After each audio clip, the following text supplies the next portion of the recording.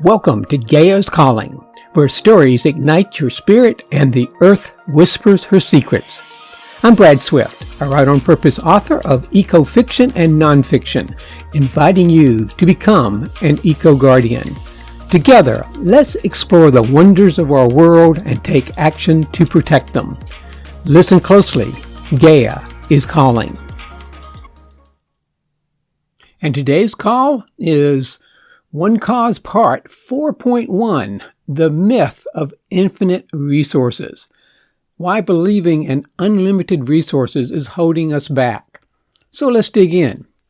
In this installment of One Cause, we'll explore the third Great Untruth, the dangerous myth that the Earth's resources are infinite.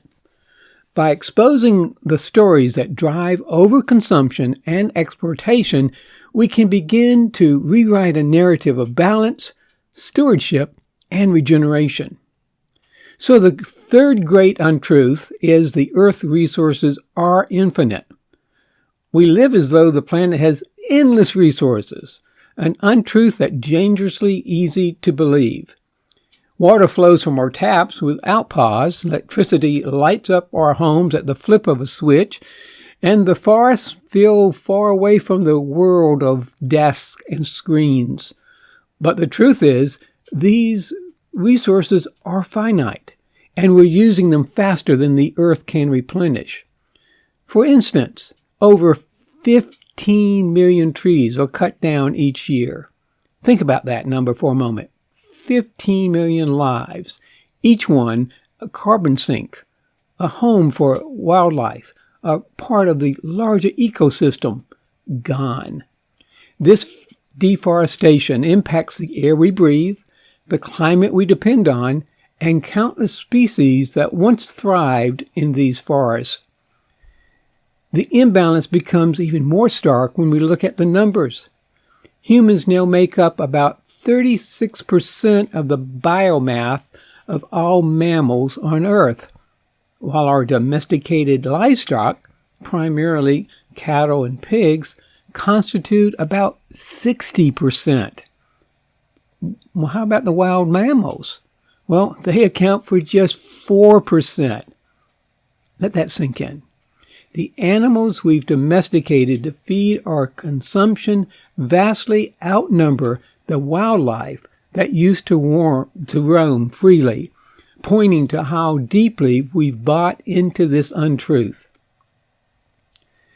Kate Raworth's Donuts Economics reminds us that this untruth isn't just about physical resources, it's about redefining what we consider enough. She argues that our obsession with GDP growth has blinded us to the fact that true prosperity must balance meeting human needs within planetary limits. Imagine if our inner donut ensured everyone had access to basic necessities, while our outer donut protected Earth's vital systems. This framing invites us to shift from overconsumption to sufficiency, and from exploitation to stewardship. In her great book, This Changes Everything, Naomi Klein takes it a step further, stating, what the climate needs to avoid collapse is a contraction in humanity's use of resources. What our economic model, meanwhile, demands is to avoid collapse is unfettered expansion. This tension isn't theoretical. It's the battleground on which our futures will be decided. Klein's insights challenge us to rethink not only our consumption patterns, but the very system that drives them. And the cost isn't just in the lives of animals or trees, it's in the quality of our soil, the purity of our water, and, yes, the stability of our climate. For example, large-scale livestock farming contributes around 11% of the global greenhouse gas emissions. It also consumes vast amounts of water and land, often at the expense of natural ecosystems and biodiversity. Yeah, but there are some signs of hope, and here's a call to action. Despite the gravity of this untruth, there are signs of change. The global push to reduce single-use plastics, reforestation projects, and community-driven conservation efforts show that when people recognize the limits of resources, they can act. But real transformation, well, it begins at home. What small change could you make in your own life to honor the planet's limits? Perhaps it's being mindful of your water use, choosing local and sustainable foods, or supporting organizations that protect wild spaces.